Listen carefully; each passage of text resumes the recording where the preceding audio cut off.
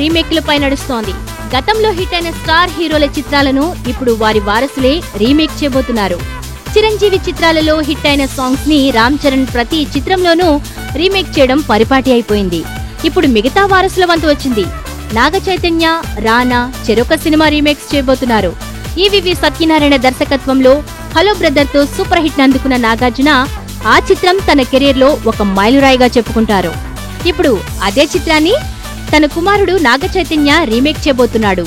చిత్రాన్ని రీమేక్ చేయడమే కాకుండా అందులోని 2 పాత్రల్ని కూడా రీమేక్ చేస్తున్నారు. ధమరుకాన్ దర్శకుడు శ్రీనివాస్ రెడ్డి ఈ చిత్రానికి దర్శకత్వం వహిస్తున్నారు.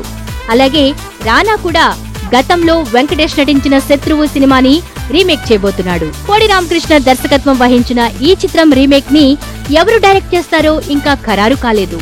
తన రీసెంట్ మూవీ కృష్ణం వందే జగద్గురుంలో వెంకటేష్ తో కలిసి ఓ పాటలో డాన్స్ చేసిన రానా అచ్చం బాబాయ్లా చేశాడన్న ప్రశంసను అందుకున్నాడు.